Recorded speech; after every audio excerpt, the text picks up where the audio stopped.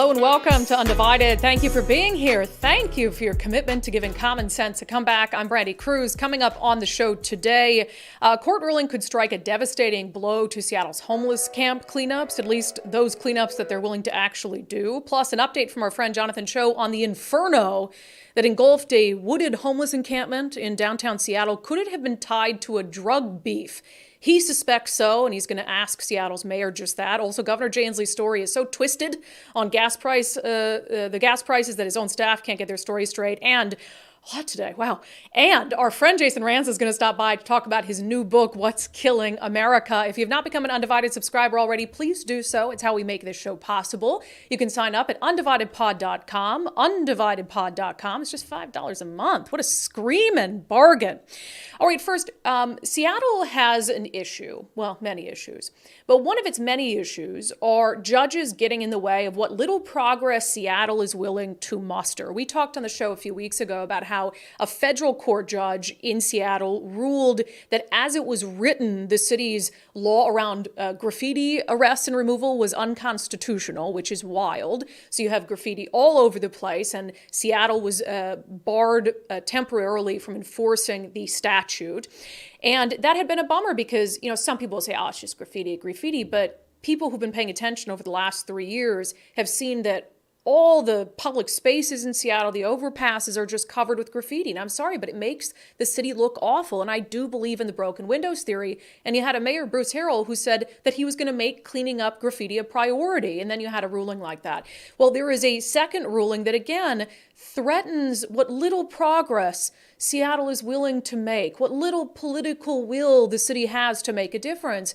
As you guys know, and I have been giving Seattle Mayor Bruce Harrell credit for his willingness to clean up homeless encampments, although his office is dodging us, which is odd because I've been stunningly kind to the mayor of Seattle. But that aside, there is a judge in Seattle, King County judge, and a ruling came down that essentially found that part of Seattle's encampment clearing rules are unconstitutional. This is the article from the Seattle Times. The article reads in part, the American Civil Liberties Union of Washington filed the lawsuit in 2019 on behalf of people who had belongings taken by the city of Seattle during encampment clearings. Sometimes those clearings happened with little to no warning, and much of their property was destroyed rather than stored, the plaintiffs claimed. Under the city's rules, clearings can be expedited like this if a tent, structure, or encampment is deemed an obstruction.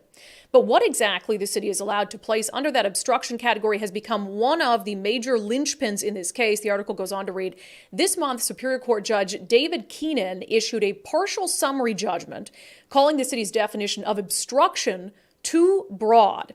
Keenan wrote that under Seattle's current obstruction definition, it can be unfairly applied to people and tents who aren't actual real obstructions to the functions of the city or the general public, for the love of God.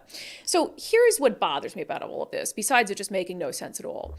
Seattle is incredibly delicate when it clears homeless encampments. Even if the Stop the Sweeps crowd and the activists don't think so, Seattle goes and has always gone to great lengths to try to offer services to individuals who are in camps long before the camp is swept. Seattle has gone to great lengths to give people camping, again, on property that's not theirs, 72 hours to clear their stuff, to move it somewhere else, to accept access to services before they're swept out. And so the idea, the mere notion that Seattle is this heartless institution that just is going in and tearing homeless people out of the place where they're at is ridiculous. It's just absurd. And what's odd about this ruling is it seems to suggest that the mere act of having a tent on a sidewalk or having a tent in a public park is not in and of itself an obstruction. So what the judge is basically saying is that it's too broad in the sense that if you have a tent that's on a sidewalk, but people can still get around it, is that really an obstruction? And I would say yes. It is a tent in the middle of a sidewalk on a public right-of-way. The same is true with the park. If you have a public park that is there for the enjoyment of citizens, that's there for kids to play, for dogs to run around, whatever it is, and you have a tent anywhere in that park, that is an obstruction to the use of the park But the judge is saying, well, that's not necessarily the case. If it's not an actual, it says, it follows that under the obstruction definition, the city can remove a tent or person anywhere in the park and anywhere on a public sidewalk, irrespective of actual obstruction, which is such a weird interpretation of obstruction. If a tent is somewhere in a public right-of-way where it is not legally allowed to be, that is an obstruction. So here you have these rulings, the graffiti ruling, the removal of encampment ruling, that to me is threatening what little progress Seattle is willing to make, what little political will Seattle has is for nothing when you have activist judges making rulings like this one. And we already know the consequences of not clearing out encampments. Encampments in and of themselves have the biggest causal tie to shootings in the city of Seattle. More than domestic violence, more than gang violence, the single biggest tie when it comes to a shooting is some sort of link to homelessness. Either the victim was homeless, the perpetrator was homeless, the shooting happened in or around a homeless encampment. And so there are so many issues that come along with allowing encampments to form anywhere in the city.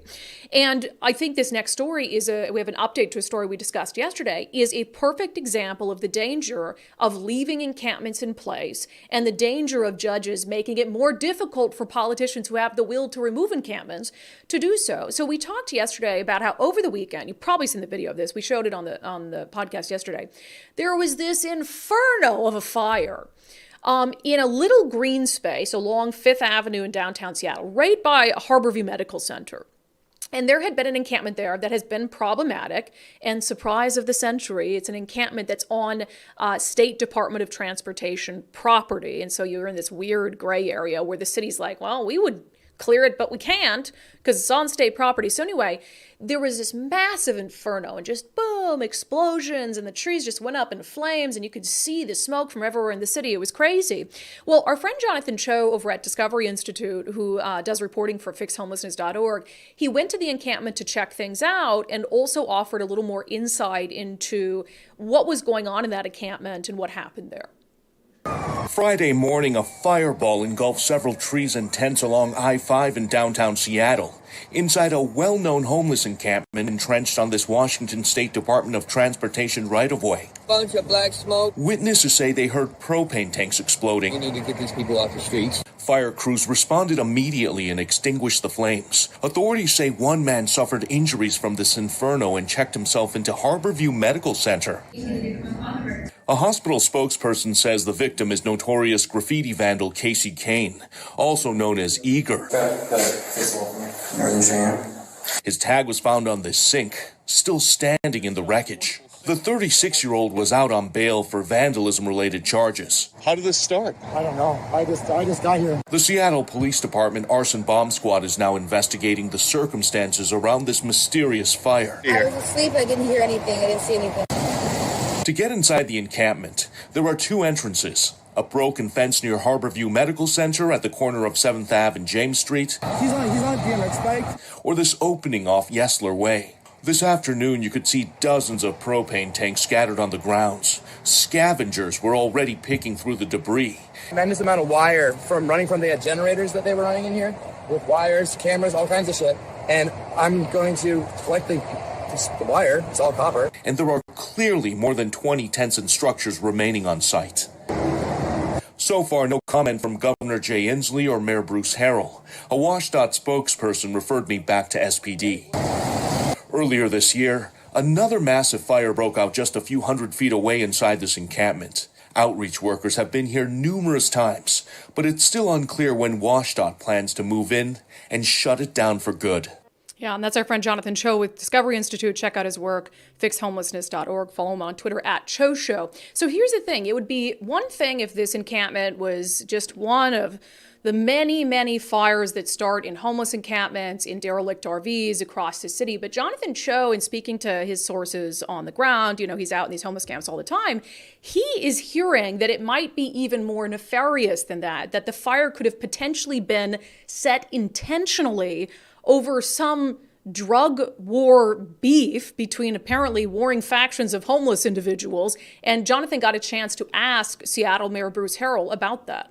On the I-5 encampment fire last Friday, my sources are telling me it was related to a drug turf war gone bad. Yeah, I don't have the information there, Jonathan. We've talked publicly about in encampment areas the correlation between crime. Hey, dear,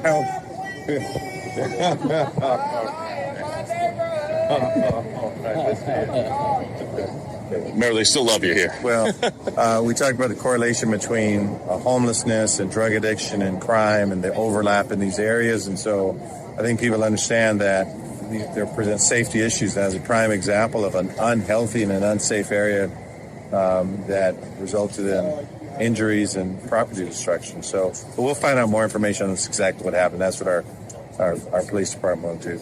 Mayor, why not get permission from WSDOT and just go in and just clear this encampment that's in your city and obviously spilling into, the neighborhood? Well, we are working closely with them. Our relationship with the state officials, as evidenced by today, working with the commerce side of the house, that they understand the severity and the significance of the problems. They're keenly aware of it. They've taken their political and public hits because of perhaps not being as effective and efficient as they could be. What are you doing to hold WSDOT accountable in your city? Well, that's a good question. I don't couch it in terms of holding them accountable. I guess the way I couch it is I have to be very direct in my expectations. I have to listen to the impediments that they have to work effectively. They could have human resource power, lack of employees, lack of resources themselves. So I also try to figure out what's their impediments, and then we move forward. So I think I've made it very clear to them the significance of the problem. So I'm confident that moving forward will be a lot better. Yeah, but that display, so we'll talk about the two parts of the story. WSDOT and the state's mess over there when it comes to dealing with homelessness. But when it comes to the danger in the ruling like the one this King County judge put down, where they're taking this real detailed look at, what is an obstruction and does this tent constitute an obstruction? Meanwhile, you've got drug wars that are being fueled from inside homeless encampments. You've got homeless encampments that are the number one leading cause or tie to shootings in the city of Seattle. I don't care if the tent is a physical obstruction or not. I don't care if the tent is somewhere where I physically cannot get by it. I don't care if the tent is tucked away somewhere in a public park where, technically it doesn't meet the definition of obstruction. There is so much more at stake than whether the tent is a physical barrier for someone to move down a sidewalk or to play in a park. These tents have links to the drug crisis. These tents have links to the crime crisis. Is every single homeless person a criminal? No. But I would also argue for those of you who have an issue with talking about the link between crime and homelessness, that people living in tents are more likely to be the victims of crime as well. So if you really care about them, you shouldn't want them living in tents. We have more than enough services. Lord knows we have more than enough money that is spent on services where we shouldn't have to have anyone living in tents. So the whole idea that we need to sit here and nitpick laws and wording in laws to decide before we can sweep a tent out of the way is absurd. We spend more than enough money to get these individuals out of tents, and for the ones who don't want to get out of tents, it's either because they're mentally ill or they're drug addicted. And those are crises you can only blame on the party that has been in charge, by and large, for 40 years in this state. So that issue aside, turning to the mess that is the state of Washington. So you have Governor Jay Inslee that made this pledge that we're going to do more to sweep these tent cities or encampments that are forming on state property. Because this is a real annoyance for a lot of cities, not just Seattle. This happened in Spokane. At one point, the largest homeless encampment in Washington was in Spokane, which Spokane had the political will to clear it, but it was WSDOT property. There wasn't a dang thing that they could do about it. And so it got so much attention that finally, the state's like, we got to, get this out of there. But anyway, it sets up this weird dynamic where clearly the fire that happened over the weekend is having an impact on the city of Seattle. I mean, it's dead center in the city of Seattle, right by a hospital. I mean, for the love, if that hospital had caught fire. And yet, the city of Seattle is almost powerless to do anything about it because it is WSDOT property. So Jonathan Cho, again, I'm going to tick through some of these great interviews he was able to capture. One of them with the director of the state Department of Commerce, where he asked him, hey, why aren't these clearings being done more quickly? You guys have allocated millions of dollars for encampment cleanups on state right-of-ways, yet there was a fire, a massive explosion on Friday. Do you feel like the pace is adequate? Does this need to happen quicker? What's going on? Well, we got to do more. I mean, there's no question that the resources are not sufficient to address all the challenges we have around homelessness. You said you needed more money, but you guys have given millions already. How much more is needed, sir, to clear this encampment here in Seattle? Well, until we address some upstream challenges around income affordability and other issues that, behavioral health, mental health challenges, other issues, then, the investments on this end of the equation are simply not going to be sufficient to address the broader set of challenges that come with homelessness. Okay, so much, and again, check out Jonathan's work, fixhomelessness.org, but so much to unpack there. First of all, I don't know what income affordability is, but he's talking about, we have to, before we can really invest money in dealing with some of these challenges that are happening, we have to fix, the other issues upstream. We have to fix the mental health issue and poverty. It's like, again, who has been in charge for the last 11 years in the governor's office? The same person, Governor Jay Inslee. So if you have significant challenges that are making it problematic for you to be able to go in and sweep homeless encampments, first of all, the encampments have gotten bigger under Jay Inslee's leadership. Our mental health system has gotten substantially worse under his leadership. That's undeniable. Western State Hospital lost its federal accreditation. And if you're talking about a lack of affordable housing, how much affordable housing has Inslee been able to build in 11 years? And that's not the issue, by the way. That's not why people are in encampments. It's the drug crisis, which has also gotten worse under Jay Inslee's leadership. And it's interesting that the director of the State Department of Commerce, who serves at the pleasure of Governor Jay Inslee, wouldn't put the blame where it belongs on Governor Jay Inslee and Democrats who have had a trifecta in Olympia for the past 7 years, but I digress. So Cho also was able to, this was a couple weeks ago actually, so it was before the fire happened in Seattle in this homeless encampment. He had caught up with Governor Inslee, had to kind of ambush him at an event and asked him about this very issue of not clearing homeless encampments from state property in a timely manner. You talked about the importance of speed. Right now, last check, according to Commerce website, only 22 encampments have been closed since this right-of-way initiative started. That's fewer than 2 encampments being closed a month. Is that an adequate pace? We're making really good progress on this. I'm very happy about our progress. We've had 800 people come in for housing since we started this. It's more than any other governor's done in the history of the state of Washington. We're going to continue this progress. We've made really good progress on this. You haven't made really good progress. You clearly haven't made really good progress. And thank God that Jonathan Cho goes and tracks down people like Governor Jay Inslee to ask him questions about this, because Lord knows no one else in the media is holding him accountable for not actually making good progress on this issue. It's all wild.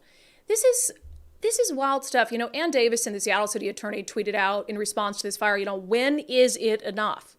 That is such a common sense question to ask at this point. When you look again at all the things that result and are tied to the homeless crisis, the drug crisis, the selling, how many times have we talked to We Heart Seattle, the volunteer group that goes out and sweeps homeless encampments and tries to get people into services? How many times have they shown us that they'll go to a homeless encampment? Half the tents don't even have someone living there. They're used to sell drugs out of. So you have the drug crisis that's being fueled by and from homeless encampments. You have the crime crisis that has a direct link to homeless encampments. You have fires springing up all over the city, this one right along Interstate 5 near a hospital. The idea that we need to pussyfoot around this issue and that you can't throw everything you have at clearing every single homeless encampment while simultaneously offering people access to services at this point is simply absurd. It is nonsensical. Nobody is saying just sweep these encampments from place to place. Just go in and move them every 2 hours. But we are saying that if you have individuals who repeatedly refuse access to services, no camp is swept without offering access to services. If you have people who repeatedly refuse it, then they cannot be made to feel comfortable being in a tent in our city, in our state. That's the bottom line, because I would be willing to bet, more likely than not, they are using that tent to facilitate illegal behavior. And so this whole, kid gloves with the homeless encampments, it's dangerous, it's deadly, it's absurd, it defies common sense. Again, brings me back to, for the love of God, Seattle voters who have common sense, fill out your ballot before the primary. And for those who've struggled to show common sense, ask yourself what kind of city you want. Ask yourself if what's happening on our streets is reflective of common sense, is reflective of empathy. Absolutely absurd. Okay, coming up next, our friend Jason Rantz is going to join us to talk about his new book, What's Killing America? Speaking about some of these policies around homelessness and substance abuse. That is going to be a topic of conversation as we discuss his book. But first, we've been talking about our friends over at Firstmark Insurance, firstmarkinsurance.com. Mike and I took the Firstmark Challenge in the spring. We're so glad we did. It didn't cost us anything, just cost us a little bit of time. Dave Taylor and his team at Firstmark went and looked through all of our current insurance, talked to us about our insurance needs, went out again for free, shopped the market for us, came back and said, hey, here's what we think you need. And Mike and I now have much better insurance for the same price, complete no-brainer. Again, here's Dave Taylor. He's the CEO of Firstmark, talking about really how he would convince people who haven't done it already to take the Firstmark Challenge.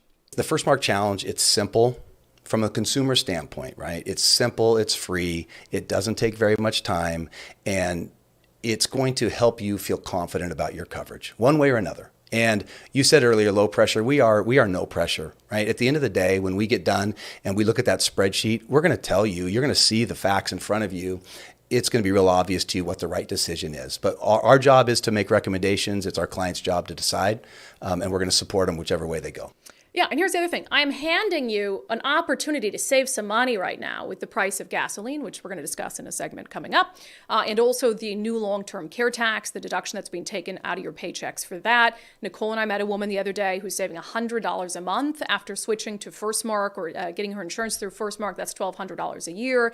So just try the Firstmark Challenge. It's free. It just takes a little bit of your time, and you could walk away with much better insurance and be saving money in the process. So it's a complete no-brainer. FirstmarkInsurance.com. FirstmarkInsurance.com, wonderful veteran-owned local company. FirstmarkInsurance.com, they work for you. All right, our friend Jason Rantz, he's been just harassing me. He's like, Brandi, I want to come in.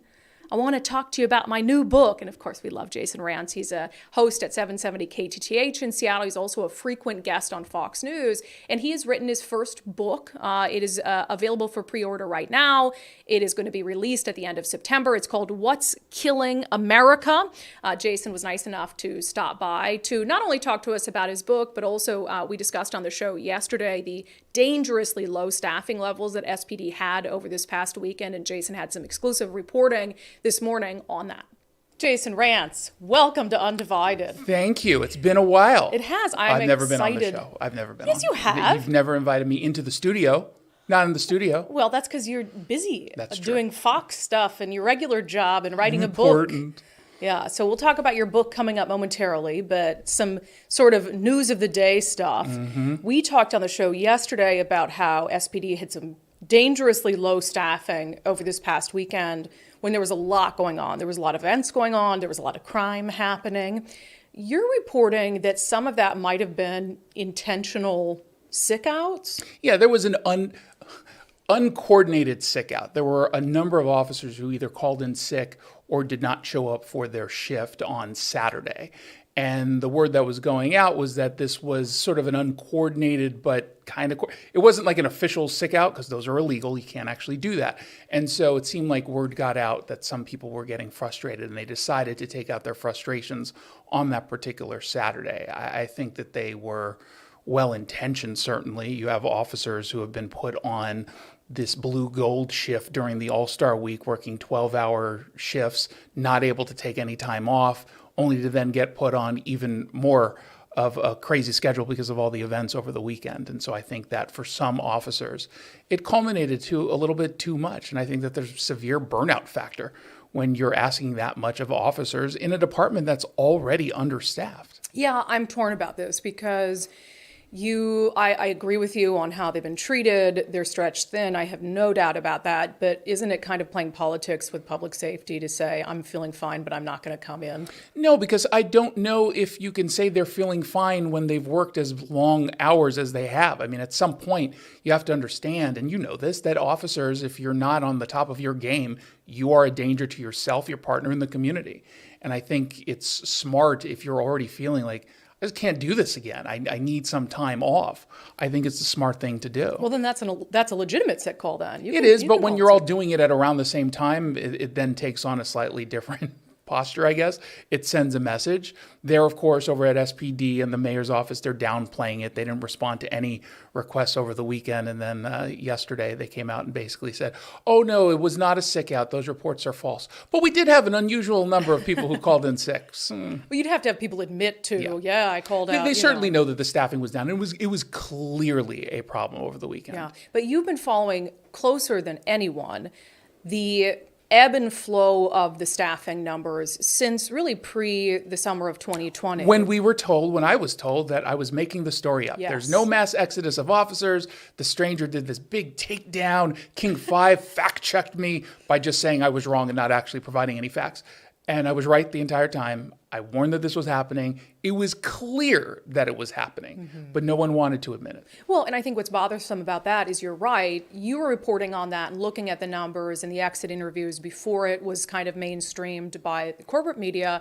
And you were reporting on it at a time when arguably things could have been done to stop the exodus. 100%. I mean, a lot of the exodus was due to, at the time, a lack of a fair contract, at least as perceived by officers, but also just the demonization of cops that was starting before George Floyd. Yeah. It escalated after George Floyd, and the council took significant action in defunding, which obviously pushed a lot of officers out. And then you have the national landscape, the narrative around policing that also got people sort of worried about staying in this profession. A lot of them left. Some went to cities and states that are more friendly to police officers. So a lot went to Idaho, a lot went to Texas and Florida and Tennessee. What do you hear from the officers? You're very well sourced at SPD. What do you hear from the officers who are here still despite all of that and despite the stretch on their time right now? They're all pretty consistent in complaining about the situation, and they keep asking how much longer they can put up with this. It seems completely untenable. And they're right. It is, from a staffing perspective, it is untenable. I'll have numbers out next week. The numbers are continuing to go down. The recruitment is not anywhere near where it's supposed to be. And on top of that, and this is a little sneak peek at one of the stories I'm working on, you have a retention and recruitment plan that's not been implemented. You've got new recruits who are very clearly not qualified to be cops, and we are lowering the standards. The standards to become an officer in Seattle is much lower than it once was. And the warning signs not only are there, but are kind of being deflected. So we'll give you another month of training. Well, I mean, at some point, you're either fit for this job or you're not. And it's okay to say someone's not, even when you're in the middle of a staffing crisis, because you don't want someone who's going to be a danger to themselves, their partner, or the community going through. Well, and it's fascinating because that's the opposite outcome that activists and everybody said they wanted. I mean, if you take away the totally dismantled police and get rid of them activists, people were like, oh, we need officers to have better training and be better able to deal with these situations. And as a result of the vitriol you hurled at officers, now the good ones don't want to be cops, and you have to lower your standards. So it's just not only do you have to lower your standards, but you're doing that at the same time that you're losing your veteran officers, right? Yeah. So the people who have the most experience, the most community know-how and knowledge, they are leaving. Some are being pushed out. Some are just leaving because they can't do it anymore. And some are just retiring. We have a serious problem with retirement right now. You have a number of officers, including in King County Sheriff's Office, who are up for retirement this year or next year. And if they were all to leave, we do not have a police force that's functioning. Yeah. So we're going to talk in a second about what's killing America in some of our cities like Seattle and up and down the West Coast. But, crime is an issue. Obviously, homelessness is an issue. Substance abuse is an issue. So on the policing front, I don't see this problem getting better anytime soon. But when you look at how that low staffing is impacting our ability to contend with all those other issues that are killing some of our cities, how big of an impact does that have? Well, it's weird because I don't think it has that big of an impact because I don't think they would be allowed to get involved even if they have the staff, right? I mean, we're telling cops not to get really involved in homelessness and drug addicts, even when they're breaking the law. And when you tell them that, I guess it doesn't matter how many officers you have. The real issue with staffing right now are all the other crimes. The break-ins that, yes, are tied to homelessness, but they don't have enough people to respond. There was a moment over the weekend in which there were priority one calls that were being put on hold. And tell people what a priority one call is the as it sounds, it's a top priority. This is a incident that requires an officer immediately. It's due to potential loss of life or the potential for something to get violent. And those were waiting for cars. There was a shooting over the weekend in which, in West Seattle, they had to bring officers from the North Precinct to go over there to help. I mean, that's how bad it was. So you've got two competing issues. You've got the homelessness-related crimes and the drug-related crimes, and then you have the violent crime that too many people in the city are still pretending isn't real. They're like, oh, it's not the 80s. Yeah. Well, yeah, no kidding. Detroit, It's not we're the Chicago. 80s. Yeah, and I love those arguments because in researching my book, I go through all of these different cities. And yeah, Seattle is not comparing itself to Chicago or Detroit or anywhere else. We're comparing it to Seattle just a few years ago. And when you start to see a clear decline in quality of life and a clear surge in crimes, it's on all of us to say, whoa, let's slow down a little bit and see so we don't get to where it was in the 80s. Yeah, I hope nobody wants to be in a place where we're being compared to a Chicago or a you Detroit. remember, so there was a Seattle Times piece, it was Gene Balk who wrote this, and it was at the early part of the crime surge during COVID. And he talked to one of the former Seattle police chiefs, said, things used to be so much worse. And this was when we were right in the heart of it getting as bad as we thought it could get. It turns out it wasn't as bad as it could have gotten. Yeah. But we're like, oh, no, it's just not the 80s. Yeah, I got that. Thank you. Yeah, thanks. That's like great. And I don't understand the excuses for it if people claim to love the city. So talk about your book. How did this come about? Were you just like, hey, I want to write a book about what's killing America? Yeah, so it's literally called What's Killing America because I see a whole bunch of policies that are, I think, responsible for big cities starting to lose their allure and in some cases completely losing their allure. I want to live in a big city. I want to live in a city like Seattle. And yet, the things that drew me here to begin with are no longer a reality. It's no longer safe as it should be. It's no longer clean as it should be. And you start to see these themes happening all across the country. And so what I do in What's Killing America is I go through the big cities. It happens to be that they're run by Democrats. And I point to not just the policies that we're seeing get put in place, in some cases put in place before COVID, but a lot of it was escalated during COVID. And you can directly point to policy and say, this is the reaction. Yeah. This is the consequence. And you start to pick up on those themes. But beyond that, because I think it's important for us to push back, you have to understand why those policies don't work and why the people believe what they believe in pushing these policies. And so I explore that in great detail. Even on a radio show, you can only do so much in a single show. On TV, you get like 2.5 minutes, 3.5 minutes of time, and you fit as much into that as humanly possible. But a book actually allows you to go in depth and look at various topics. And so I cover not just crime, it's actually in two parts. So the first part, I generally describe it as this is how the policies are impacting your life. This is what it's doing to you. Second part is these are the policies that are telling you how to live your life. And so I talk about crime, homelessness, immigration, housing, transportation, taxes, and we go through all of it. And I give not just examples of what doesn't work, but I provide some solutions as what has been tried and does actually work. Yeah, how much parity, when you look at cities like Seattle, Portland, San Francisco, New York, how much parity do you find in the types of policies that have resulted in these issues? They're almost all the same. I mean, there are versions of the same policy all across the country in these big liberal cities, and I think that that's intentional. It's being driven by ideology. The subtitle of the book mentions the radical left. I don't believe Democrats believe most of this stuff. I think the radical left does, and they've taken over the party, and they've taken the Democratic Party so far to the left that we're seeing the results, and you get bullied into taking these positions. And so what happens in Seattle ends up happening in Philadelphia.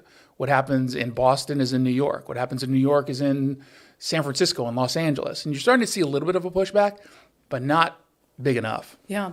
When you, if people who watch this show, who listen to this show, obviously they follow politics quite a bit. They follow what's happening. They follow the issues that you're talking about. What do you hope that they can take away after reading it and kind of use in part of their conversation daily? I want them to know specific examples of policy that fails, where it's happening, why it's failing, and why people believe what they believe.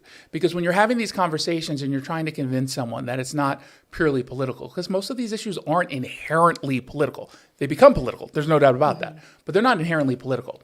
So when you're talking to your neighbor or family member, you're telling them, here's why they're doing this. They tell you that it's about compassion. Their policies around homelessness, for example. That may be what they believe, but understand here's the result of this. And what I've been very critical of the media, both local and national, but local media in general. And this is the same whether it's Seattle or Portland, New York or DC. They do not connect dots. They'll give you the transactional stories. Here's what happened. Here's a little bit about the why. But the why is because he got a gun. Well, how did he get that gun? Because I'm told we have all these gun control laws and that they don't work. So I explain all of that. And so what I hope people get from it is just more information that you're just not generally getting from the media. And you're just not getting it. And some of that is intentional. Some of it is, like I said, laziness. You only have some time, so much time to do stories. And I get to have a lot more time because it's in a book. Yeah, well, I think that's the important part about why people should buy it, who I think are going to agree with a lot of what you say in the book. It's because the people who are most need to read the book probably aren't going to. Well, and the thing is, here's what I say. You buy 2 copies. Yeah. 1, because it benefits me, but 2, so you can give it to someone who deserves to read it. And again, I was very intentional about not labeling this as a Democrat issue. It is a radical left issue. And most Democrats are not radical leftists. And I think that they are sometimes fooled into believing, because of the way some people talk about the policies, that it's well-intentioned and it's going to lead to rainbows and sunshine. But that's just not how it works. And I encourage people to read it who disagree. You can disagree with me. You can call me out. I've got about, I think, 70 pages worth of notes alone. So feel free, if you think I'm being dishonest about anything, go look up my source material, call me out. I'm looking forward to the Stranger's review of your book. Oh, I can't wait. You think they're going to read? Charles Medede is going to do some long piece in iambic pentameter that doesn't make any sense whatsoever, and it will be clear that he read a different book not authored by me. Yeah, very inside joke. The book comes out on September 23rd, right? September 26th. Well, because you were complaining that my wedding was getting in the way of your book tour. You're going to postpone it by one day for my wedding? Let's be clear. Yes, I have postponed my book tour, my travel, by one day. It was also a little bit cheaper, but I postponed it by one day so I can go to your wedding, and then the very next morning rushing to get to the airport to go to New York, then DC, San Francisco, and then back here. Well, I'm honored. The book doesn't come out till the 26th, but people can pre-order. Yes, pre-orders are so incredibly important when it comes to books like this, especially conservative content. As most people probably have seen, Target is going after conservative books. They banned Mark Levin's book. They walked that back, but then they just banned Glenn Beck's book. So we have to send a message. When you sell books early, it gets into their algorithm. I recommend Amazon, but you can get it at barnesandnoble.com, walmart.com. Purchase the book. It's called What's Killing America. Congratulations. That's really exciting. Thank you. Jason Rantz, thanks for being here. Thanks for having me. So there you have it, our conversation with Jason Rantz about his book, What's Killing America, Inside the Radical Left's Tragic Destruction of Our Cities. And I'm glad that he specifies, when he talks about the radical left. I think it's important, and it's important as part of this show, to recognize that you have so many Democrats who I don't think inherently agree with some of these policies, but for some reason you have this fringe of their party that has this outsized influence because, how do I put this in a way that's, I don't care if I'm offensive, actually, because they use these tools like talking about issues around equity and race and gender, and they use those tools and those narratives to almost guilt the more reasonable side of their party into going along with ideas that they otherwise wouldn't have, because they're like, well, gosh, I'm not racist, I'm not sexist or whatever it is, and they're like, well, if they're saying that this needs to be done because if we don't do it, it's racist, whatever, then I guess I got to do it too. And I really think that that's a huge, huge part of it. So again, the book is What's Killing America, and as Jason said, it's important to pre-order if you'd like to get the book because it works well for the algorithm. And if we want to help Jason with anything, it's his algorithm. Very kind of him to delay his book tour for the sake of my wedding. That is a true friend. All right, coming up next, Governor Jay Inslee's office really cannot get it together with what their story is going to be on the high gas prices, highest in the nation, and who exactly is to blame for the extent of those gas prices prices. We'll have that in our segment Unbelievable. But first, we've been talking about our friend Wes Jones, a wonderful real estate agent in our area. He's been doing it here for a long time. He and his team have an innovative marketing strategy to make sure that, one, the most eyeballs get on your listing, which is always a good thing when it comes to offers coming in, but also to make sure that your home is ready to hit the market. And that could include helping you with updates that you might need in order to make sure it's in tip-top shape. It is something they call the Listing Boost Concierge Service. So we're going to come in, number one, and we're going to inspect a home, do a pre-inspection, and we're going to find out all those little hidden bugs that, a buyer may be concerned with.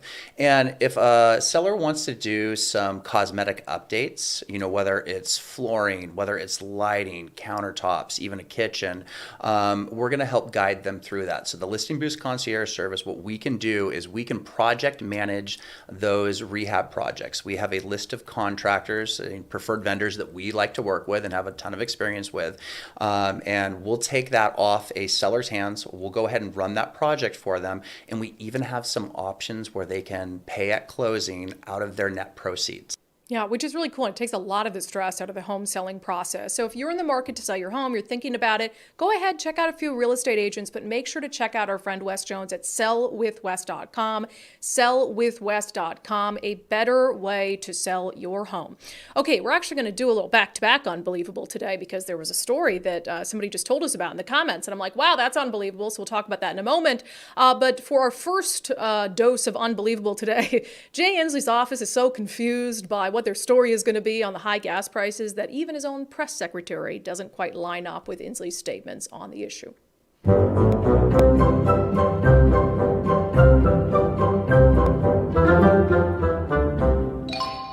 Okay, Washington State has the highest gas prices in the nation. It doesn't appear to be changing, which tells us if it wasn't just some one-off weekly fluke where our prices outpaced California, no, this is probably here to stay unless something significant changes. And by something significant, I mean the Washington State carbon tax that Governor Jay Inslee championed. And he has had to change his story on this so many times. I mean, he hasn't had to. When you tell the truth the first time, you never have to change your story. But when you tell a lie, it's hard to remember the initial lie you told, and you have to keep adjusting it as reality changes. And so you might recall when Governor Inslee was pushing the cap and trade program, he said, the impact to consumers at the pump will just be pennies. Pennies, if anything. And that hasn't been the case. As soon as the carbon auctions began at the beginning of this year, we saw the price per gallon shoot up, very much in line with what independent think tanks had said it was going to do. And so Inslee wasn't able to keep up this lie of, the carbon tax isn't going to increase the price at the pump, because before long it was nearly 50 cents per gallon. And I mean, the man lies a lot, but even he wasn't able to maintain that lie. So he switched to blaming the greedy oil and gas companies for just, sticking it to Washingtonians. Here's a clip. We've played it a couple of times, but I want to show you the progression of things. Here's what Governor Inslee told Cairo 7 News during an interview. Would you agree that this could be a direct result of the oil companies passing the amount of money that they have to pay to the state on to you? Yes, there is some of that. Now, much of it is not related to this law because the oil companies have shut down a major pipeline, allegedly for maintenance, although why they do it in the summer, I don't know. That has restrained supply, and that has been a significant reason for these recent cost increases. It's not all this law. Okay, so it was just going to be a penny's impact, if anything. And then when you realize that it was going to be like half $1 a gallon, the pipeline. There's a pipeline that shut down, and apparently it's only impacting gas prices in Washington State. Well, now the governor is firmly in the camp of, the gas companies are now using the carbon tax as an excuse to gouge you at the pump. But here's what he said during a press conference a couple days ago. Do you have it, Nicole? Now, something else is going on. The very industries that are causing this massive pollution are today gouging us in their oil and gas prices and trying to tell us that unless they continue to be able to gouge us for their prices, that they're going to go bankrupt. The spokesman for Chevron said the other day about the fact that we're holding them accountable for their pollution, that it's not their job to go bankrupt. Well, I don't have a Nobel Prize in economics. I only have a Bachelor of Arts in economics from the University of Washington. But I can tell you the oil and gas industry is not going bankrupt. Look at the profits they have made on our backs in the last couple of years. This is a graph showing the profits of this industry. If you look at the red, which is Exxon Oil, just as one example, they were making profits of $2.7 billion back in 2021 in the first quarter. Now in the first quarter of this year, they made $11.4 billion. They have had massive increases in profits. Their pricing has been rapacious. And you know what they're doing with that money? They're giving it to their CEO. The CEO of Exxon Oil made $35 million a year last year while he's jacking up our prices through the roof. We have had a bellyful of this industry polluting our skies, damaging our children's health, and now making us pay twice with these absurd profits and absurd prices. And today we're saying this. We in Washington State will hold the oil and gas industry accountable for their pollution, and we will hold them accountable for their price gouging.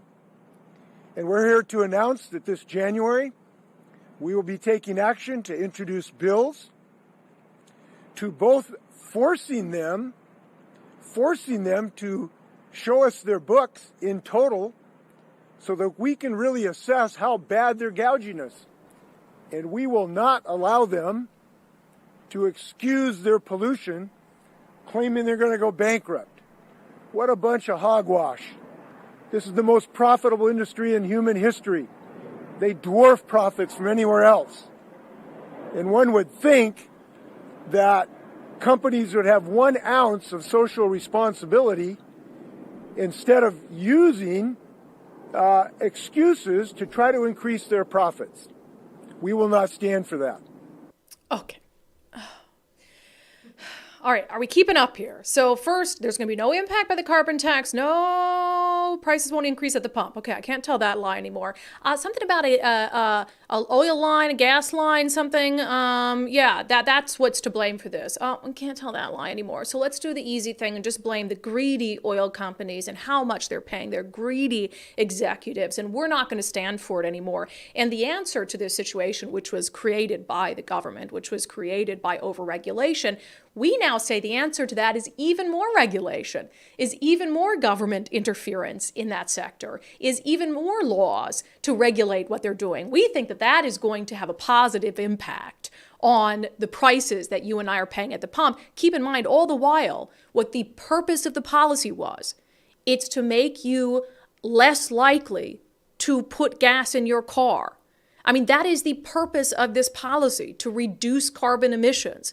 So it is exactly what the intent of it was.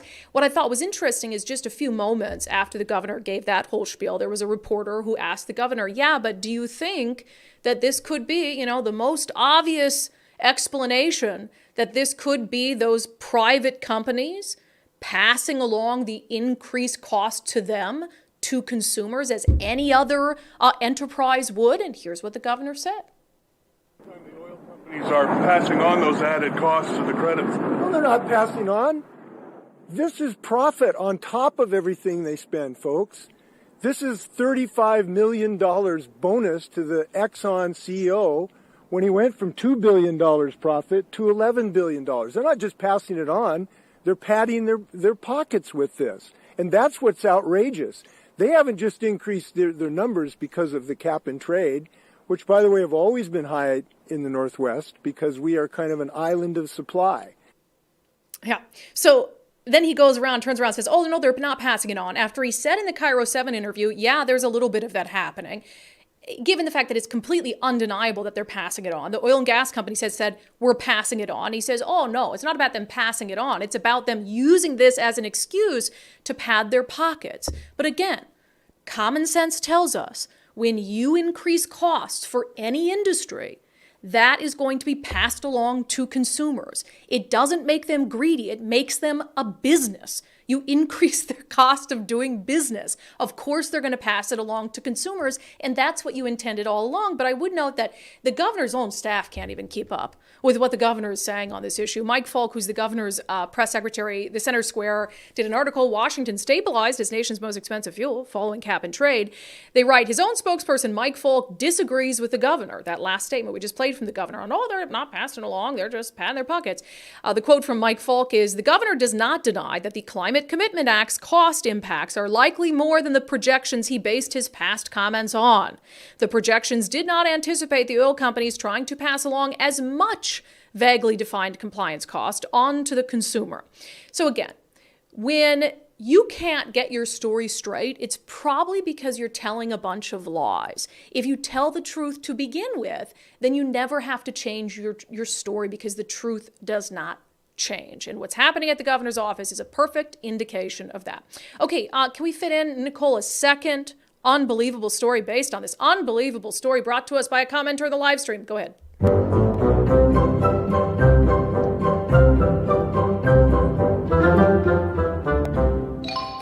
Apparently I'm wrong. Nicole says, actually, it was me. I saw a comment about this in the live stream, so I just assumed that you also saw that comment and then went in search of the story. So you and one of our wonderful commenters, two minds, great minds think alike. So just because we're talking about the homelessness debacle, and you can come on for this, Nicole, nobody's even seen your face today. I've just been ranting and raving, and I'm very like Ben Shapiro today, talking way too fast. Sorry. No, I think you got to. Otherwise, we'd have a 2-hour show today. Yeah, we have a lot of stuff. Lots to fit in. But we're talking about the homelessness disaster, and one of the biggest disasters in our homelessness response has been the King County Regional Homelessness Authority, which spends hundreds of millions of dollars to do nothing. And their first CEO, Mark Dones, you'll recall, he announced he was going to resign. Right. And, he said it was because of burnout. Meanwhile, he's making $260,000 a year. So much something money. Crazy, $245,000. But it was after all these stories about how under his leadership, they couldn't do the basics. They couldn't even get their contractors paid on time. And they had people left, right, and center like, do we even need you anymore? So universally condemned for the performance of the King County Regional Homelessness Authority under his leadership. Unable to perform, right? Right. Basic stuff. Yeah. So get this, and we'll talk more about this tomorrow because it just came up today. The Regional Homelessness Authority and former CEO move on after the breakup. Get this. The city just hired him. Oh. Of course they would. Oh my God. So the city of Seattle just hired him. Because he's probably got a friend. Oh, for the love. It's a for a $60,000 contract that expires at the end of the year. So it's for less than 6 months. He's going to be paid $250 an hour. The contract says it's for $250 an hour. What is that for? What expertise is that for? What expertise in a failing? Well, I guess he has a lot of expertise in the homeless industrial complex. Yeah, master. No, so he's expected to do 240 hours of work, and again, he's going to get $60,000 for just a few months' work. $250 an hour. This is unbelievable. And it says that what he's going to do is help Seattle leverage its Medicare funding for the homeless response better. Yeah. The contract, it says, city spokesperson Jamie Howson wrote in an email that the contract was with the city because the authority was, quote, engaged on other key issues. He wrote that the city and the county jointly requested the work Dones is completing. This is it infuriates me that we're giving him more money. It says, through their consulting business, Gray Sky Policy, Dones signed a 6-month contract with Seattle's Human Services Department to help the region maximize Medicaid funding for homelessness services. You couldn't find anyone else besides a failed homelessness authority CEO who was already overpaid by the county to do that work. And you expect magically, after his burnout period, apparently, when you're making $250,000 a year and that's just too difficult to do that work, you're now expecting him to not be burned out the next 6 months while you're relying on him and paying him a lot of money, just like he was making before, to do this work for the homelessness authority. It doesn't even really make sense what he's doing. He's just telling people how to fill out the forms better to maximize their coverage. I don't understand it. It's ridiculous. How about you maximize funding for homelessness services by not paying people bloated contracts and bloated salaries who have proven to be failures in that exact line of work? I hope Jonathan Cho asks Harold about that next time he sees him. I'm like infuriated. It's like, you know what it reminds me of? I know we're going long today. You know what it reminds me of? When they hired the former pimp. Yes. To be the street czar. Because he wasn't good at the first job, so we'll give him something else. Maybe he's better suited for that. And look, Andre Taylor and I get along fine. Yeah. You know, he was like a police activist. We had him on when I was at Fox 13 all the time. But they overpay. They hired him. They gave him this lucrative contract to be a street czar, to connect police to the communities they serve. He ends up just being sick for a big chunk of that contract. They never renewed it, like canceled it very quietly, but no work got done. Nothing was done to show, like there was nothing to show for it. This is crazy. That's unbelievable. We're going to talk more about that tomorrow because we can't do it justice today in the time that we have left. Wild, double dose of unbelievable. Okay, I've been talking about Eastside Weight Loss Clinic, and I've heard from so many of you who have had success on the program, like I have, down 36 pounds on the program. I've met several people who have started it at the meet and greets that we had. Ben and his wife, Leslie, were at our Arlington meet and greet, and we posed for a picture together, and we added up our collective weight loss in just 6 months combined on the Eastside Weight Loss Clinic plan. We were down 101 pounds. It's a lot of pounds. That's like a teenager. So I always picture Oprah's wagon full of fat. I don't know what you're referring to. I wasn't a fan of the Oprah Winfrey show. Sorry. 101 pounds is a lot. And so it's just been great to hear those stories. And look, no meaningful weight loss plan is going to be easy. And the Eastside Weight Loss Clinic plan isn't easy either, but I like the fact that it's structured. They keep it super simple, so you know exactly what you can do and what you can't do. And I've been able to keep the weight off. I lost most of that in just 2 months, and the plan for maintenance, to me, is really easy to follow and just fits into your lifestyle. So do what I did. Schedule a free 15-minute consultation with Dr. Ryan Coogan and his team. You can do that virtually. You can do the whole program virtually. You never have to step foot in an office. Just go to eastsideweightlossclinic.com. That's eastsideweightlossclinic.com. All right, I had to fit this story in because any stories about dogs, I'm just so torn on what to do. You could say I'm divided. My mind is divided on what to do, dipping outside of Washington State to the White House. President Joe Biden's dog has a biting problem. Apparently, it's a pretty significant biting problem. And this is a different dog. Remember their old dog, Major, that bit someone in the White House. And so they sent it to live with friends, essentially, which is super sad. Well, now they have this other dog. I think it's Hunter. Is the dog's Commander. name? Commander, sorry. Oh, I have such named her dog after his son. Oh, that's right. Sorry. I did not do that on purpose. Oh, okay, yes. Biden's dog Commander has bitten Secret Service officers 10 times in 4 months, records show. That's according to the Associated Press. They write, on November 3rd, 2022, a Secret Service official emailed colleagues that Commander had bitten a uniformed officer twice on the upper right arm and thigh. Staff from the White House medical unit treated the officer and decided to have the individual taken to a hospital. The officer was hospitalized. It goes on to say, a note the following day added details about the attack, including that the officer who was bitten used a steel cart to protect himself from another attack. The officer later was placed on several days of restricted duty based on doctor's advice. The White House and the Secret Service appeared to play down the situation on Tuesday, but the latest incidents raised questions about why the Bidens brought another German Shepherd to the executive mansion and why the attacks continued. Okay, first of all, this isn't a German Shepherd problem. The Associated Press, I've never heard of like German Shepherds being like a problem with biting people. Well, I mean, there's a reason that they're most often used canines. as canine cops and things like that, because they're good at biting and determining when to bite.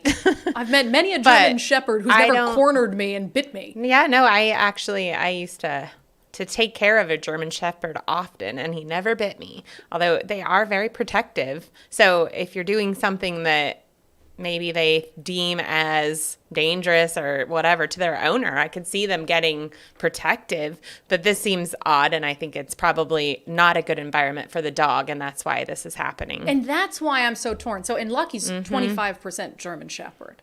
And she nibbles, but she doesn't bite. She just nibbles me a little bit. Love nibbles.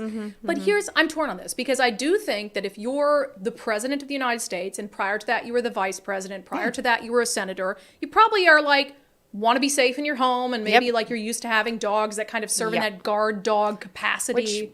Yeah, if you didn't have security, like Secret But that's the thing, Service is you have the surrounding you Secret all the Service. time. So I'm not going to question why the Bidens want a dog and why they love this dog and all of that, but it is probably a really stressful environment for any dog. Yeah. To have that many people around all the time. I'm just torn on It's selfish.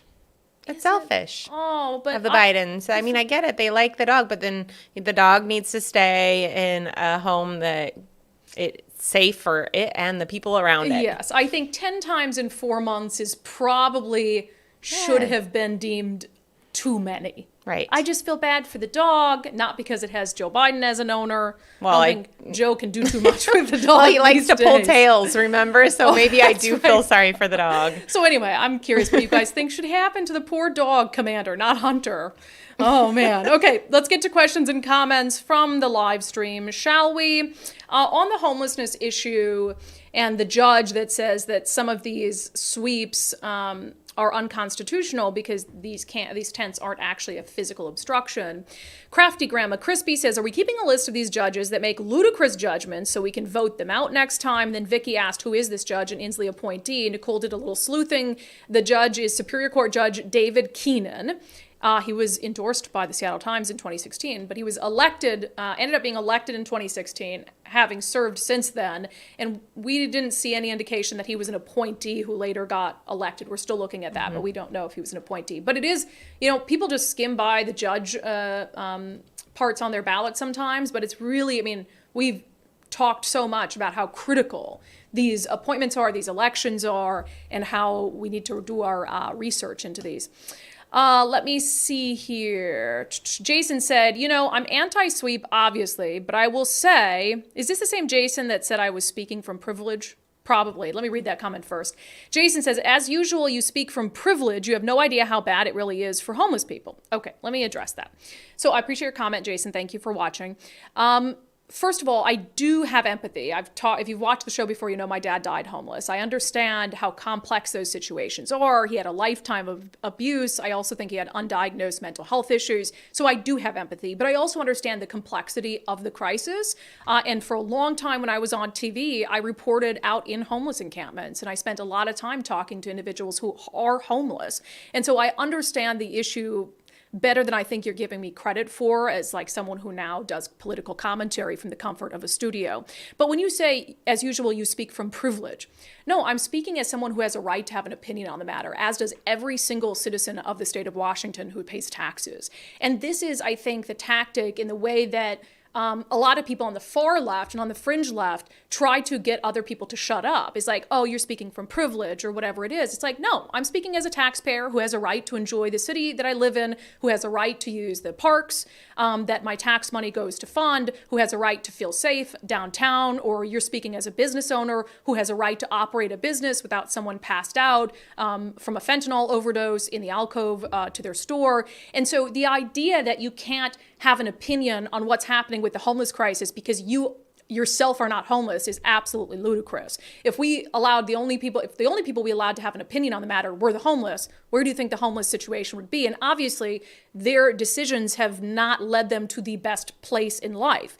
Do I think that some people who are homeless are simply down on their luck and have been dealt a really bad card in life? Sure. I think that accounts for probably a pretty small portion of the homeless population. I think by and large, you have some sort of underlying issue, mental health or substance abuse or both. So I reject the notion that you cannot, as someone with privilege, and I don't deny that, I have a pretty comfortable life, but I reject the notion that people who have jobs and homes cannot speak to the homeless crisis and how it should be handled because they have privilege. I think that's ridiculous, and it's a way to get people to shut up, which I won't. But Jason said, I'm anti-sweep, obviously, but I will say that one thing the city absolutely could do is crack down on the crime in and around encampments. Who says you have to sweep to deal with that particular externality?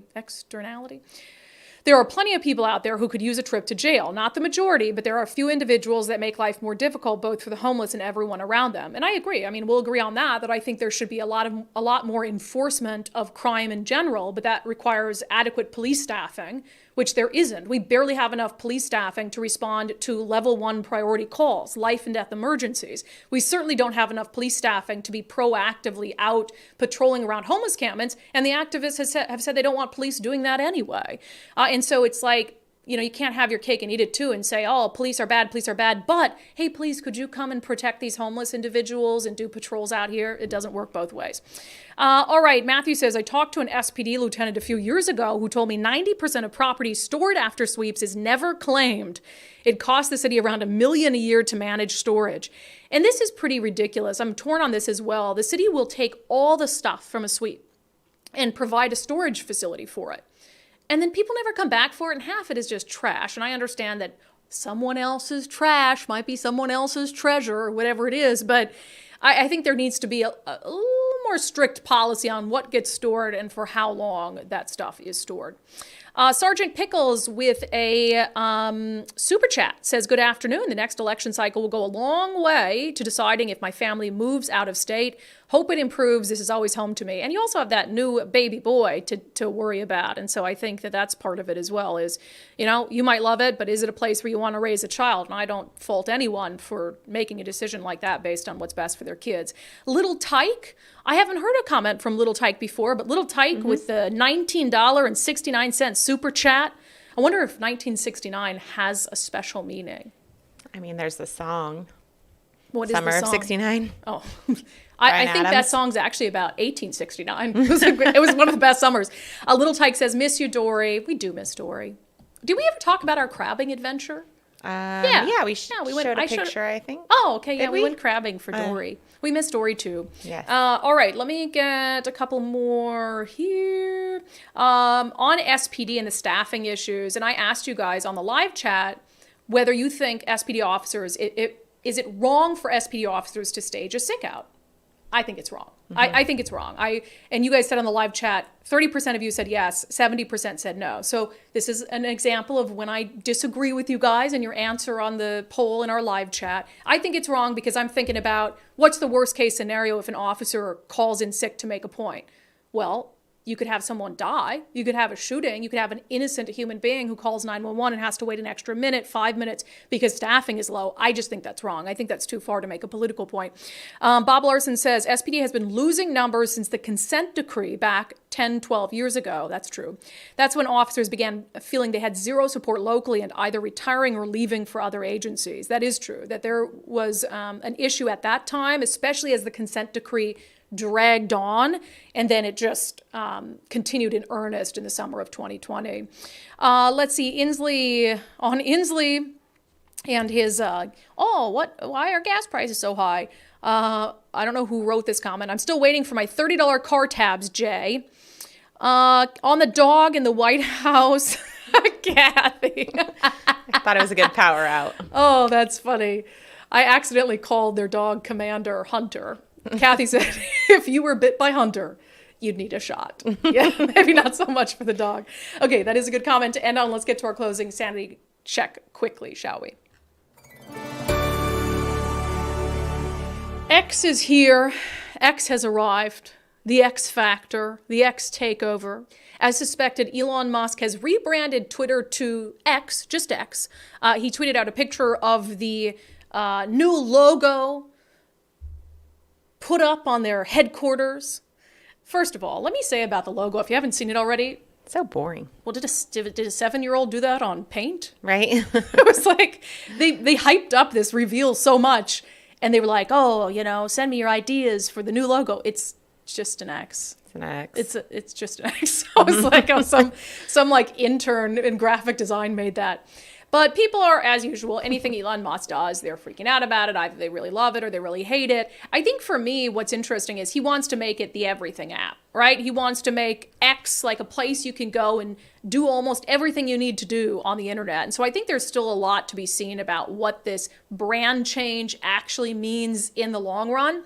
But, I mean, I think it's kind of silly. I think it's silly to buy Twitter, a name that has universal recognition, and rebrand it to a letter, which you were pointing out, Nicole, you can't trademark because it's A letter of I the alphabet. assume you can't. You can't. Oh, you can't. You told me that earlier as if it was a I'm fact. pretty sure that you can't. I don't think you can trademark a letter. A letter, right? And so I think that you can't brand a letter. I mean, he can try to own it, and people will occasionally think of him when they're talking about X, but it's kind of dumb. But it's just dumb, and I normally support Elon's outside the box thinking. Some, not all the time, but a lot. Like, look, I hate Twitter. Despise it. It's the worst. It drives me insane, and that's why it's in our sanity check. I appreciate he's trying to make it better, but there's nothing better about it yet. Shaking it up, I guess. Shaking it up. Look, you can't make it worse. You can't make it any worse than it already was. Twitter is terrible. So one of the things that concerns me and concerns... Maybe that's the X. For the sake of... For toxic? Yeah. X stands for toxic. For the sake of our sanity, I don't want Twitter, nor need Twitter, to become an everything app. I don't need to spend more time on Twitter X than I already do. I'm fine with it just being what it was, as big of a cesspool as it was. Mm-hmm. But I don't need this app to encompass any more of my life. For the sake of our sanity, Elon, for your sanity, and for everyone's sanity, please just keep it a platform where people give their terrible opinions. I don't need to spend a single second more on X than I already do. The bird was cute. The bird was cute. The X is not. Fine. No, boring. It's insane. All right, that has been it for today's episode of Undivided. Reminder, we have an opportunity to get together this Saturday at the Summer Freedom Fest. I hope you'll join us. It is happening from 4 p.m. to 8:30 p.m. at Willow Crest Stables in Redmond. I'll be sharing that graphic across my social media pages. Dave Reichert is going to be there. Semi Bird is going to be there. Raul Garcia. It's being hosted by Brian Haywood. Our friend John Carlson is going to co-MC it with me. So we look forward to seeing you there. We'll also be debuting our Undivided swag, we think. That's the plan, anyway. So we hope to see as many of you there as possible. Nicole will be there as well. As always, if you have not become a subscriber to the show already, please do so. Help support our mission and our movement to give common sense a comeback. We went 11 minutes over today. Sometimes that happens, What are you going to do? We had a lot to talk about. undividedpod.com, undividedpod.com. We'll see you back on the live show tomorrow.